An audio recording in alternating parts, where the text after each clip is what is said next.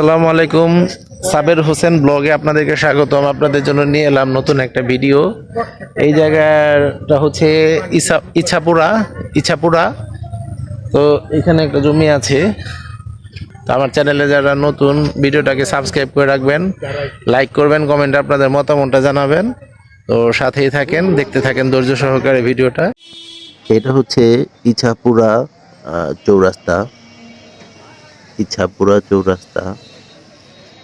তো এই যে দেখেন, এখানকার ঠিকানাটা আমি দিয়ে দিলাম। এই যে দেখেন সাইনবোর্ডটা, ইছাপুরা চৌরাস্তা, সিরাজদি খান। তো ঢাকা গুলিস্তান থেকে বা যাত্রাবাড়ি থেকে যেখান থেকে আসেন, ইছাপুরা চৌরাস্তায় নামতে হবে আপনাকে। এইখান দিয়ে কিন্তু বাস চলাচল করে। এই চৌরাস্তাটা থেকে ঢাকা থেকে এসে বামে যাবেন, একটু বামে গেলেই এই যে বামের রাস্তাটা, একটু যে বাজারটা দেখা যাচ্ছে, এই পর্যন্ত এসেই এই যে দেখেন এখানে ইউনিয়ন পরিষদটা আছে চেয়ারম্যানের। ইউনিয়ন পরিষদ, এই যে ইউনিয়ন পরিষদ, এখান থেকেই ইছাপুরা ইউনিয়ন পরিষদ। ঠিক এই যে ডান দিকে একটা এই যে ব্রিজ আছে, এটাতে পার হবেন স্কুল, ইছাপুরা স্কুলের পাশ দিয়ে এই রাস্তাটা চলে গেছে সোজা। এখান থেকে 20 টাকা রিক্সা ভাড়া নিবে একদম জায়গা পর্যন্ত যেতে। এই ব্রিজটা পার হওয়ার পরেই এখান থেকে দেখবেন যে বামে ইছাপুরা স্কুলের যে মাঠ, বিশাল এক মাঠ। এখান এই এই রাস্তা দিয়ে আগে বাড়লেই এটা পড়েছে মুন্সিগঞ্জ উপজেলা। মুন্সিগঞ্জ উপজেলা, এখানে কিন্তু এই ইছাপুরা বাজারে থেকে খুবই কাছে জায়গাটা। দেখছেন ইছাপুরা হাই স্কুল।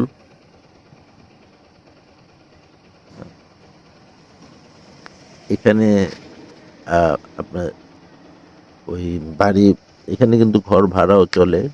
আপনারা যারা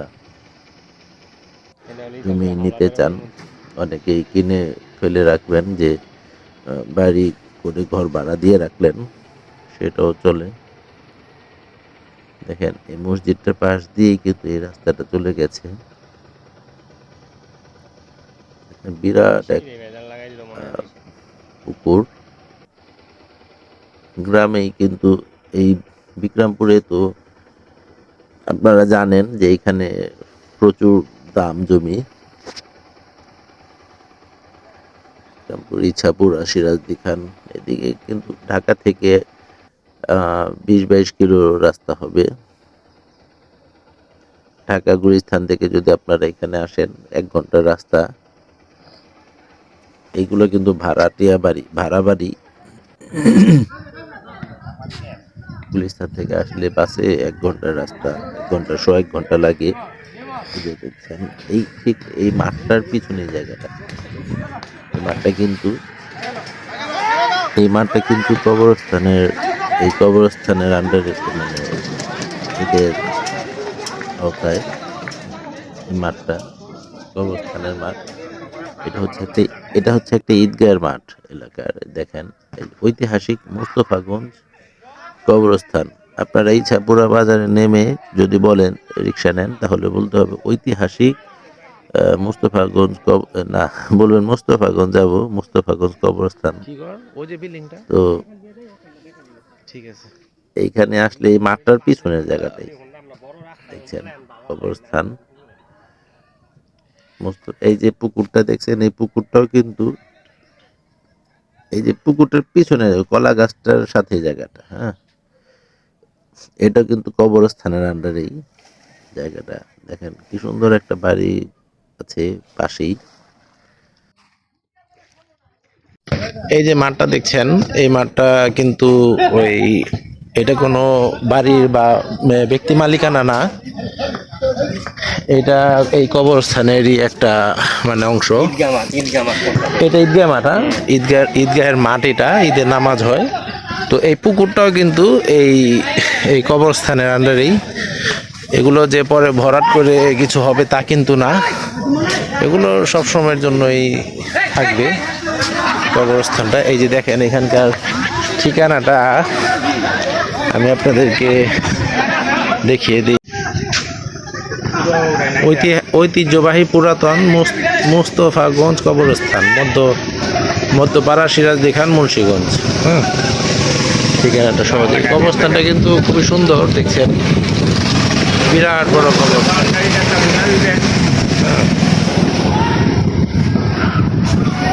সেই এই রাস্তাটা দিয়ে আগে বাড়লে এই যে এই পুকুরটার পরের জায়গাটাই, এই পুকুরের পরের জায়গাটাই রাস্তাটা হচ্ছে যে এইদিকে।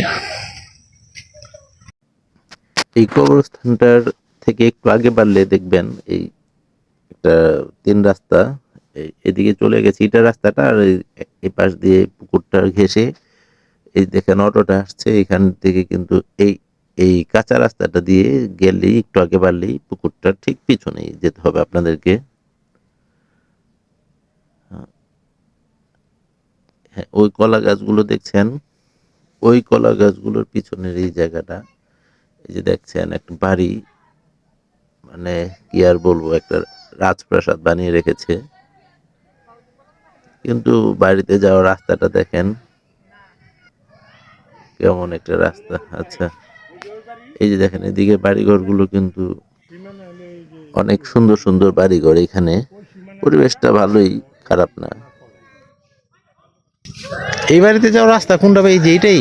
হ্যাঁ, এই বাড়ির রাস্তা এটি তে রাস্তা সুন্দর করে নাকি? এত সুন্দর একটা বাড়ি করে রাখছে।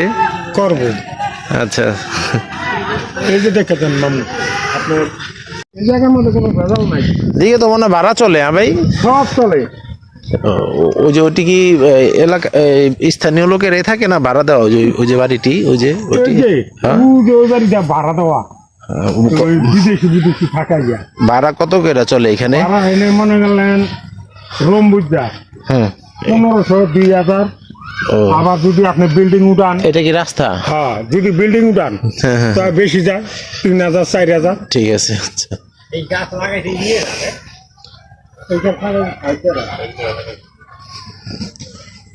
এই যে এটাও কিন্তু এই যে হ্যাঁ, এটা জমিনে, এই যে আর কি একই বাটের এই জমিনে আর কি বুঝছি। রাস্তা করছে। হ্যাঁ, হ্যাঁ, সরকারি রাস্তা তো আর খসে নিব না, দাম খুঁজা। বুঝছি। হ্যাঁ, এই বাড়িটা একটু, হ্যাঁ, এই পিলারটা থেকে ওই যে এই এই এই- ওই পর্যন্ত না তো? না না না না, এই মাঝখান, ধরে না রমি আছে যাইতো এই যে সংসার কি এইখান থেকে, হ্যাঁ, এই যে মানে দুইটা বাট হয়েছে এখান ওই যে থেকে। মূলা না, মূলা না? ওই যে মূলা বুনছে না, হ্যাঁ, ওই পর্যন্ত না। হ্যাঁ ওই যে কফি, এই যে কপি, হ্যাঁ ওই যে কফি গাছ বুনছে, হ্যাঁ, হ্যাঁ, হ্যাঁ। ওই পর্যন্ত ওই ধরেন সীমানাটা। এই যে এই কপি গাছ হ্যাঁ, থেকে ওই যে কলা মোটামুটি গাছটা কত সিধা। ফুট হইব? 5টা? হ্যাঁ না, আবার অমি আছে কিন্তু উত্তরে। আর কি এদিক থেকে লম্বাই হ্যাঁ, গেছে? লম্বাই গেছে, লম্বাই। ঠিক একটা আছে। পুকুর তৈরি পাইবেন, আমার না ই করলে মনে করলেন আর পানি উঠবে না। আচ্ছা, এইখান থেকে সীমানাটা দেখেই।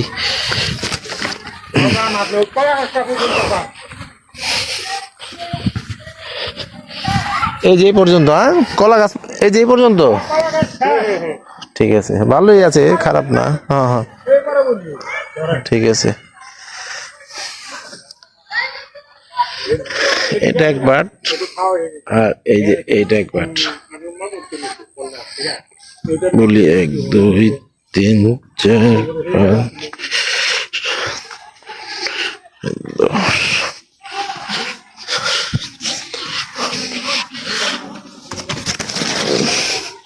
প্রায় 30 ফিট হইব, 30 ফিট, 30 ফিট হবে।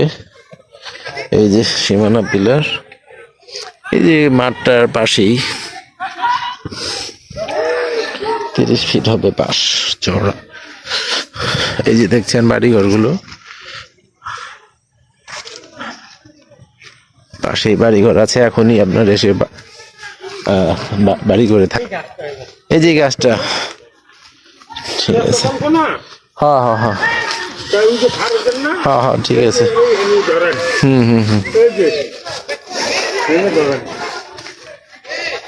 ঠিক আছে।